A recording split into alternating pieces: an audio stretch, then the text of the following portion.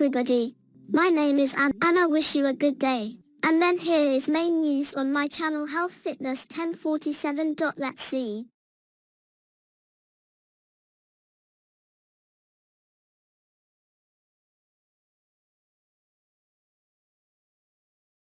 One. Kerry Washington's 688 shows the important role black women played in World War II. Kerry Washington stars as Major Charity Adams in Tyler Perry's film, 688, which tells the true story of the 6,888th Central Postal Directory Battalion, a group of 855 black women tasked with clearing 17 million pieces of backlogged mail during World War II in a war zone. The mission was crucial for maintaining troop morale and improving the perception of black individuals within the military. Washington highlights the battalion's remarkable ability to tackle what seemed like an impossible challenge. The film is currently available for streaming on Netflix. 2. Superman trailer unveils James Gunn superhero epic, and Krypto the Superdog. The teaser for the upcoming Superman movie provides fans with their first look at David Corenswet as Superman, Rachel Brosnahan as Lois Lane, and Nicholas Hoult as Lex Luthor. The trailer, part of James Gunn's reboot of the DC superhero cinematic universe, depicts Superman in a vulnerable state, stranded in frozen terrain and injured. It also features Krypto the Superdog, Superman's loyal companion, who responds to his call. 3. The Cuban punk rockers who intentionally gave themselves HIV/AIDS, Los Frikis, tells their story. Los Frikis, premiering this month, is a coming-of-age film set in early 1990s Cuba. Inspired by true events, the story follows a group of young people, portrayed by Hector Medina as Paco, who seek freedom from government repression. In a desperate act during the early AIDS epidemic, hundreds of disenfranchised Cubans inject themselves with HIV to gain access to government-run clinics. The film's title translates to "freaky" in Spanish, reflecting its dramatic punk rock twist. 4. A record number of Latino-led movies are inducted into the National Film Registry. The Library of Congress has selected 5 films featuring prominent Latino lead actors and storylines for preservation in the National Film Registry: Spy Kids, Up in Smoke, Mi Familia, American Me, and Star Trek II: The Wrath of Khan. This marks a record number of Latino-themed films inducted in a single year, as noted by Rep. Joaquin Castro, who has advocated for greater representation of Latino films in the registry. Castro emphasized that these films convey complex and often challenging narratives. 5.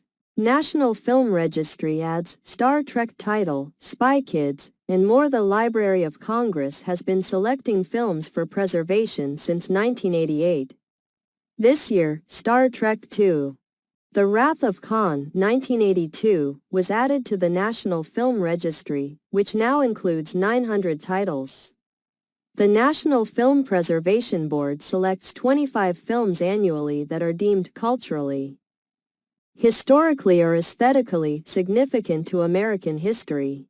6. Ramel Ross's Nickel Boys brings to life the notorious cruelty of a Southern Reform School film director. Ramel Ross, known for his Oscar-nominated documentary, Hale County This Evening, continues to explore themes related to the Black South in his first narrative feature, Nickel Boys. Adapted from Colson Whitehead's Pulitzer Prize-winning novel, the film tells the story of the fictional Nickel Academy, inspired by the real-life Arthur G. Dozier School for Boys, which was infamous for its harsh treatment of students. Ross, along with producer Jocelyn Barnes, aims to highlight the educational experiences and struggles stemming from Jim Crow segregation. 7. Film fans flock to Interstellar IMAX 70mm re-release. The film, Interstellar, directed by Christopher Nolan, is experiencing a resurgence at the box office a decade after its original release. Fans like Toronto-based cinematographer Patrick Tomaso are eager to see the sci-fi epic again on the big screen, with Tomaso traveling 350 miles to catch an IMAX screening in New York. He expressed his dedication to the film, having watched it numerous times since its debut, and drew a parallel to the lengths fans go to for events like Taylor Swift's concerts. 8. Ariana DeBose wants Kraven the Hunter viewers to rethink what they know of the supervillain Ariana DeBose. The Oscar-winning actor portraying Calypso in Sony's Kraven the Hunter emphasizes that the film presents complex characters that defy traditional labels of hero or villain. In a recent interview, she encourages viewers to reconsider their perceptions of Kraven, played by Aaron Taylor Johnson, highlighting that the characters embody shades of gray rather than clear-cut morality. The movie is set to be released nationwide on Friday. 9. TV adaptations of classic Latin American books take over streaming and defy stereotypes. Netflix's adaptation of Gabriel Garcia Marquez's 100 Years of Solitude is set to premiere its first part after 5 years of development. The series, along with Like Water for Chocolate and Pedro Paramo on Max, presents rich family sagas that diverge from typical Latino narratives focused on drugs and crime. The adaptation features Marco Antonio Gonzalez as Jose Arcadio Bundia and Susana Morales as Ursula Aguirre, highlighting the significance of these beloved Latin American literary classics. 10. Golden Globes 2025 nominations. Complete list of award contenders. The 82nd Golden Globe nominees were announced, with the films Emilia Perez, The Brutalist, and Conclave leading the nominations. In the Best Drama category, they were joined by A Complete Unknown, Dune, Part 2, Nickel Boys, and September 5th. For Best Comedy or Musical, Emilia Perez competes against Honora, Challengers, and A Reel. In television, The Bear and Shogun were the frontrunners. The announcement marks the beginning of Hollywood's awards season. 11. In Queer, Daniel Craig and Drew Starkey share unsynchronized love and a brutal ayahuasca trip. Luca Guadagnino's latest film, Queer, is a psychedelic homage to beat writer William S. Burroughs, drawing inspiration from his unfinished novel. Set in 1950s Mexico City, it features Daniel Craig as a talkative, heroin-addicted expat and Drew Starkey as the younger man who becomes his fixation. The film incorporates a grunge rock and 80s pop soundtrack, along with artificial backdrops reminiscent of classic Hollywood, while exploring themes of connection and obsession. 12. Moana 2's Auli'i Cravalho's multicultural heritage reflects Hawaii's rich history. Auli'i Cravalho, who has native Hawaiian, Puerto Rican, Chinese, Irish, and Portuguese ancestry, is closely connected to her character Moana. At just 16, she voiced Moana in the original 2016 film and is now reprising her role in the sequel, Moana 2, which premiered on November 21, 2024. Cravalho expressed her excitement about the character, highlighting the fun of voicing Moana as she embarks on adventures with the demigod Maui, voiced by Dwayne Johnson. 13. Moana 2 Feet leads in highest-grossing Thanksgiving weekend ever at box office. This Thanksgiving weekend saw a record-breaking box office performance, driven by the releases of Wicked, Gladiator 2, and Moana 2. The total earnings reached approximately $420 million, surpassing the previous record of $315.6 million set in 2018. Audiences flocked to theaters to enjoy the musical adventures in Oz, the intense battles of ancient Rome, and Moana's new seafaring journey. 14.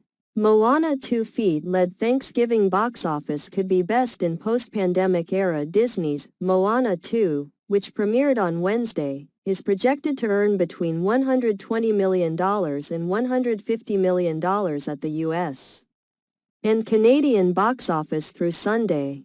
This release, along with Universal's Wicked and Paramount's Gladiator 2, is contributing to what is expected to be the largest Thanksgiving box office since the pandemic, with total ticket sales likely surpassing $200 million during the 5-day weekend.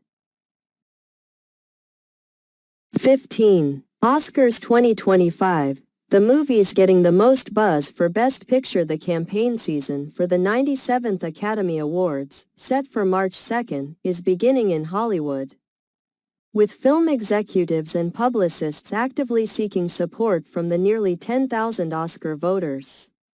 Unlike the previous 2 years, this year's Best Picture race is wide open, lacking a clear frontrunner. Deborah Birnbaum, editor-in-chief of Gold Derby, notes that there is ample time for changes as campaigns intensify. The article hints at leading contenders but does not provide specific details. 16. How one Wicked interview holds space. Above all others, a viral moment occurred during an interview between journalist Tracy E. Gilchrist and Wicked stars Ariana Grande and Cynthia Erivo, leading to a surge of memes. In the interview, Gilchrist noted that queer fans have been connecting with the song Defying Gravity from the musical, which surprised Erivo. The promotion for the Wicked movie has included various high-profile events, with Grande and Erivo showcasing vibrant pink and green outfits. 17. Moana 2 Feet makes history by releasing Maori language version alongside premiere. Moana 2 Inches is set to make history as the first Disney animated feature to premiere an indigenous language version. Moana 2 Reo Maori alongside its English release. The global premiere is scheduled for November 27, 2024, with the Maori version debuting in New Zealand theaters the following day.